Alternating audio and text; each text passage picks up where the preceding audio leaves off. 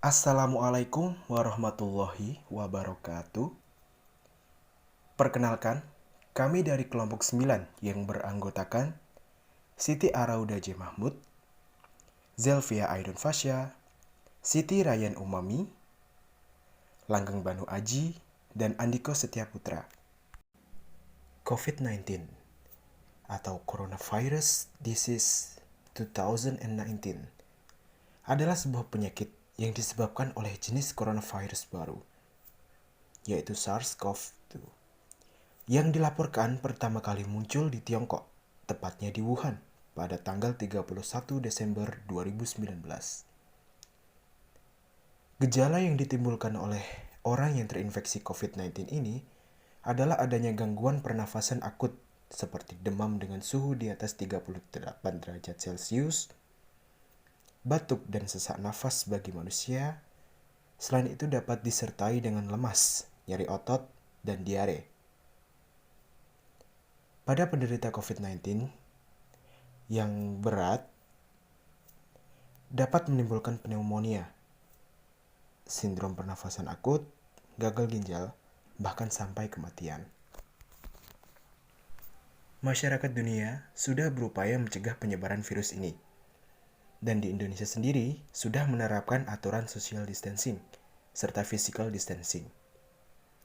Aturan ini membatasi seluruh orang untuk tidak melakukan kontak langsung dengan orang lain dan tetap berada di rumah untuk mencegah penularan virus COVID-19. Keseharian mereka pun menjadi terbatasi sehingga tidak bisa melakukan aktivitas seperti biasanya. Dan tentu saja tidak bisa bepergian ke berbagai tempat seperti kantor, sekolah, mal, dan lain-lain sampai waktu yang belum ditentukan. Dampak dari adanya pandemi ini sangat berpengaruh bagi seluruh golongan usia, terutama remaja. Remaja menjadi stres karena mereka mengalami kesulitan saat harus belajar di rumah atau daring akibat pandemi ini. Mereka berasumsi bahwa dengan sistem daring ini, pembelajaran menjadi kurang efektif untuk dilaksanakan.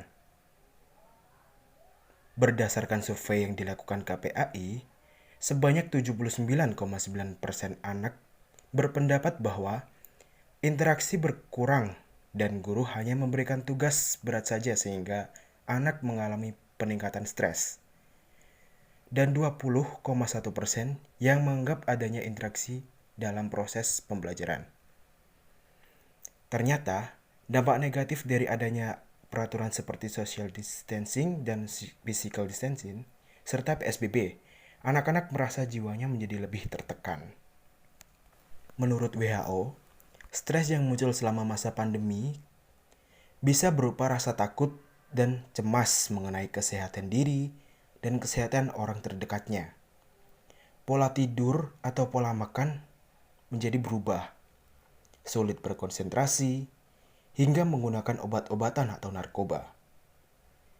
Kondisi psikologis para remaja yang notabene masih rentan dan mudah terganggu, makin diperparah dengan kondisi di lingkungan sekitarnya yang tidak mendukung mereka melakukan aktivitas seperti biasanya. Apalagi dengan situasi seperti sekarang ini, yang mengharuskan sang anak untuk bisa bertindak sesuai dengan kondisi dan aturan yang ada dan mereka tidak bebas melakukan sesuatu yang menjadi kebiasaan mereka untuk dilakukan di luar rumah. Berdasarkan data yang diperoleh Perhimpunan Dokter Spesialis Kedokteran Jiwa Indonesia atau PDSKJI yang meneliti tentang perkembangan psikologis masyarakat saat pandemi COVID-19 menunjukkan bahwa 64,3% dari 1.522 responden mengalami masalah kecemasan atau stres sebagai dampak dari adanya pandemi ini. Responden tersebut terdiri dari perempuan sebanyak 76,1% yang berusia dari 14 tahun hingga 71 tahun. Beberapa cara yang bisa diterapkan untuk menghindari masalah kecemasan atau stres sebagai dampak dari pandemi ini adalah: yang pertama, pertahankanlah waktu tidur yang konsisten.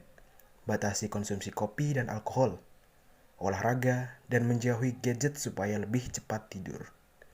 Yang kedua, membuat jadwal belajar dan kegiatan yang teratur. Yang ketiga, melakukan hobi. Keempat, meningkatkan interaksi virtual pada saat pembelajaran. Yang kelima, fokus pada diri sendiri untuk menghindari pikiran negatif. Yang keenam, terima perasaan, baik senang maupun sedih. Sekian dari kami, terima kasih sudah menyimak video ini. Wabillahi taufiq wal hidayah. Wassalamualaikum warahmatullahi wabarakatuh.